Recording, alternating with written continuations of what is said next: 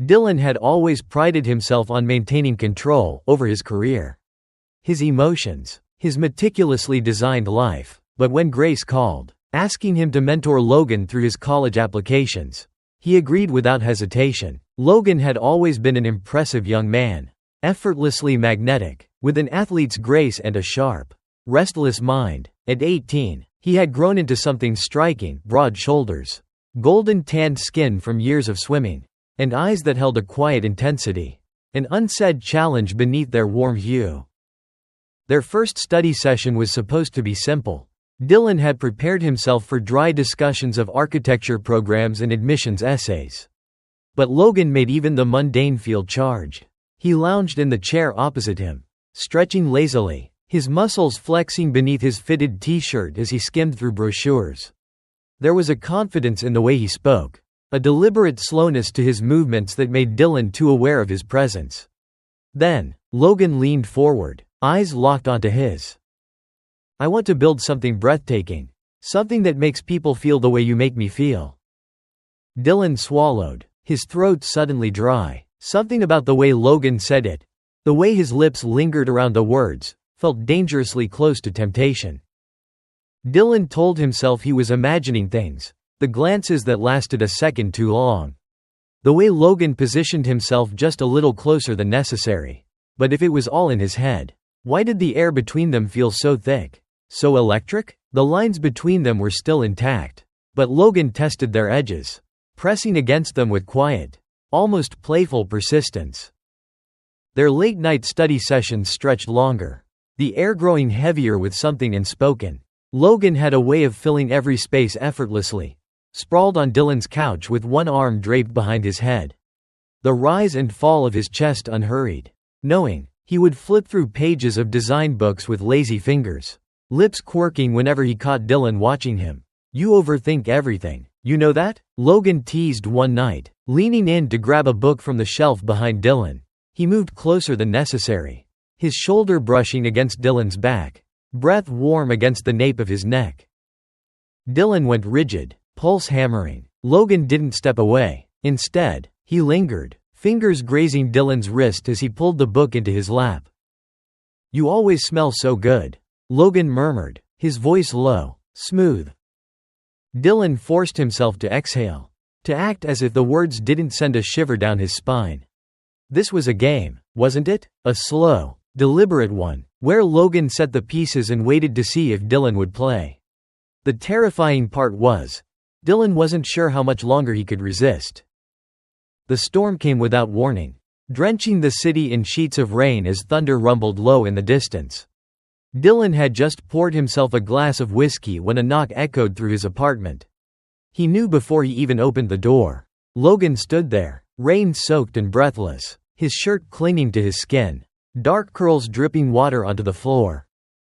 "I forgot my umbrella," he said, though there was something else in his voice, something unspoken, something pressing. Dylan sighed, motioning him inside. "You'll catch a cold. Let me get you some dry clothes." When he returned with a sweater and sweatpants, Logan was standing by the window, city lights flickering against his damp skin. Instead of taking the clothes and heading to the bathroom, he peeled off his wet shirt right there, muscles flexing as he tossed it aside. "Like what you see?" he asked, voice tinged with amusement, catching Dylan's stare before he could look away. Dylan's throat went dry. He should have turned around, should have shoved the clothes into Logan's hands and told him to change. But Logan stepped forward, raindrops still trailing down his collarbone, his breath warm as he murmured, "You don't have to pretend anymore." And then, impossibly, his lips were there, brushing against Dylan's with a hesitance that lasted only a moment before deepening. Fingers sliding into his hair, body pressing firm and insistent against his own. Dylan told himself to stop, but he didn't. He couldn't. Dylan didn't remember how they made it to the bedroom, only the feeling of Logan's lips moving against his. The taste of rain and reckless abandon. His mind screamed at him to stop, to pull away before the last thread of restraint snapped. But Logan's body against his own made rational thought impossible. He was warm, solid, urgent. The moment Dylan hesitated, Logan took control, pushing him back onto the mattress with a confidence that left him breathless. You don't have to fight this. Logan murmured against his throat, hands roaming, mapping every inch of skin as if he had been waiting for this moment forever. Dylan's hands found Logan's waist, fingers gripping as if anchoring himself to reality, but reality was slipping, dissolving into something raw and all-consuming. Logan's mouth was everywhere, trailing heat along his collarbone, down his chest, teasing, tormenting. He moved like he was savoring every reaction, every sharp inhale, every suppressed groan that Dylan couldn't quite contain. Somewhere in the back of his mind, Dylan knew this was dangerous, knew that once this line was crossed, there was no turning back. But then Logan whispered his name, his real name. Not uncle, not some distant, safe title, but Dylan, and everything unraveled. He flipped them over, taking control, drinking in the way Logan gasped, the way he arched beneath him, hands tangled in sheets, bodies pressed flush together. The world outside ceased to exist. There was only this, only them. And Dylan, for the first time, let himself give in. The first time had been reckless. A storm of hands and mouths and whispered names. But the second time was deliberate. There was no more hesitation. No more questioning what this was or what it meant. Logan had tasted Dylan's restraint, had felt the way he trembled beneath him, caught between resistance and surrender. But now, Dylan wasn't holding back. Nights became a blur of tangled sheets and breathless confessions, of fingers ghosting over bare skin, of Logan pulling Dylan close, murmuring, "I want more," and Dylan, God help him, gave it to him, over and over again. Logan had stopped pretending there was any reason to knock. He'd come over under the pretense of working on his portfolio. But the moment the door shut, his sketchbooks were forgotten. He backed Dylan against the nearest surface, hands slipping under his shirt, lips ghosting over his jaw as he whispered, "I thought about you all day." They barely made it to the bedroom some nights. There were stolen moments against the kitchen counter, gasping encounters in the dim light of the living room, whispered promises in the shower. Dylan had never known this kind of hunger, this kind of desperation, the way Logan would look at him, pupils blown wide, lips swollen, saying without words what they both already knew. This was more than just desire. "You're mine now," Logan murmured one night, tracing a fingertip down Dylan's spine. "And I'm never letting you go." The secrecy that once made it thrilling was starting to feel suffocating. Dylan had spent his life mastering control over his emotions, his desires, his carefully structured world, but Logan had unraveled him. And the more time they spent together, the more reckless they became. At first, it was subtle. Logan leaving behind his toothbrush in Dylan's bathroom, his clothes folded neatly in a drawer that wasn't supposed to belong to him. Then it was bolder. Late-night rendezvous in dimly lit restaurants, fingertips grazing under the table, stolen kisses in the stairwell of Dylan's office. But secrets had a way of making themselves known. Grace had started noticing. "Logan's different," she told Dylan one afternoon, sipping coffee in his office. "He's distracted, secretive. He disappears for hours and won't tell me where he's been." Dylan kept his expression neutral. But inside, dread curled like smoke in his lungs. "Teenagers are like that," he said, forcing a casual tone. "Maybe he's just got a girl he's not ready to introduce you to." Grace sighed, shaking her head. If it was a girl, he'd be bragging about it. Her eyes met his, sharp, searching. "You two have always been close, but lately, it's different. If he's seeing someone, you'd tell me, wouldn't you?" Dylan held her gaze and lied. "Of course." That night, as Logan lay tangled in his sheets, fingers tracing lazy circles on his skin, Dylan whispered, "We need to be more careful." Logan kissed him slow, deep, unbothered. "I don't want to hide." Number 7. Write more smoothly and creatively. ChatGPT Noi. The truth didn't slip out in whispers or suspicious glances. It crashed down in a storm of betrayal.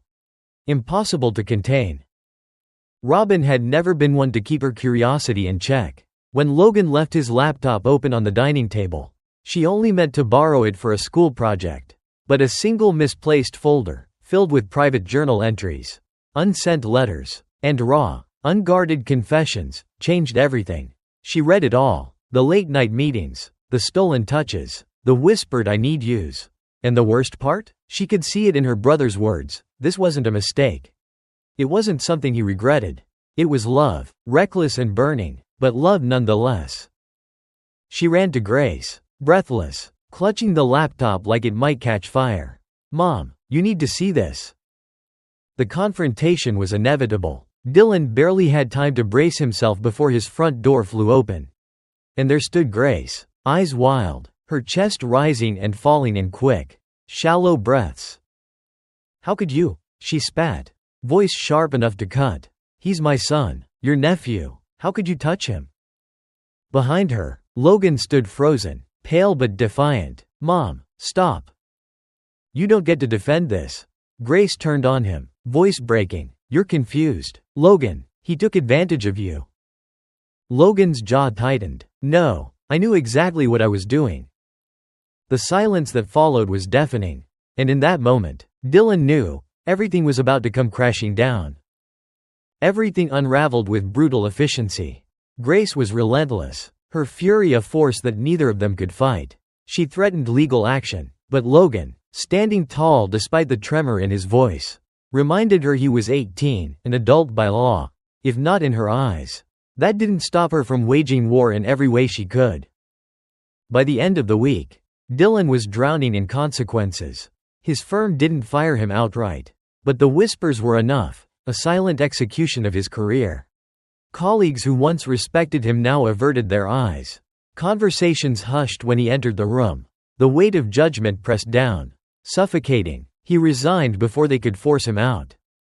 For Logan, the fallout was even crueler. Grace pulled him from his college program, severing his ties to the life he had planned. A restraining order followed, cutting Dylan from his world with cold, legal finality. The silence was unbearable. Nights that had once been filled with heat and whispered laughter were now hollow. Dylan lay in bed, staring at the ceiling, haunted by the absence of Logan's warmth. And then, one evening, a text broke the quiet. "I can't do this without you." Dylan's fingers hovered over the screen, his heart hammering, but he knew what had to be done. "You have to, Logan, it's over." He sent the message before he could stop himself, turned off his phone, and let the darkness swallow him whole. The months without Logan were hollow, an aching absence that settled into Dylan's bones and refused to leave. He tried to rebuild, packed his life into boxes, accepted an offer in Chicago, convinced himself that distance would fix what had already shattered. But forgetting Logan was impossible. He saw him everywhere, in the curve of an architectural sketch, in the scent of rain on pavement, in the ghost of a touch that no longer existed. Then, the night before his flight, there was a knock at the door. Dylan almost didn't open it. He told himself it couldn't be Logan, shouldn't be Logan. But when he finally turned the handle, there he was, exhausted, thinner, but just as devastatingly beautiful. His breath hitched, and Dylan's resolve wavered instantly. "I don't care about the rules," Logan said, stepping inside before Dylan could stop him. His voice was raw, hoarse, as if he'd spent every night since their separation screaming into the void. "I don't care what they think. I don't care what we have to do. I just need you." Dylan's chest ached. "Logan." "No." Logan's hands fisted in Dylan's shirt, eyes bright with unshed tears. "I've already lost my family. Don't make me lose you too." Dylan exhaled shakily, knowing he was seconds from surrender. He cupped Logan's face, thumb brushing over his cheek. "Come with me," he whispered. "Let's disappear." And Logan, without hesitation, kissed him like he was never letting go. Chicago became their sanctuary, a place where they were no longer uncle and nephew, no longer burdened by bloodlines or betrayal. Here, they were just Dylan and Logan, two men rebuilding their lives, stitching together something whole from the ruins of their past. Logan enrolled in architecture school, throwing himself into his studies with the same relentless passion he once reserved for Dylan. Dylan, in turn, built something new, a firm that bore only his name, free from judgment and scandal. Their love, once hidden in shadows, was now lived in quiet certainty, fingers brushing over morning coffee. The warmth of Logan pressed against his back at night, the simple domesticity of a toothbrush next to his own. One evening, Dylan found Logan at their dining table, sketching plans for their dream home. He leaned against the doorway, watching the man he had risked everything for. Logan looked up, smirking. "You're staring again." Dylan stepped forward, pressing a kiss to his temple. "Just thinking about how far we've come." Logan caught his lips, deepening the kiss. "And how far we still have to go."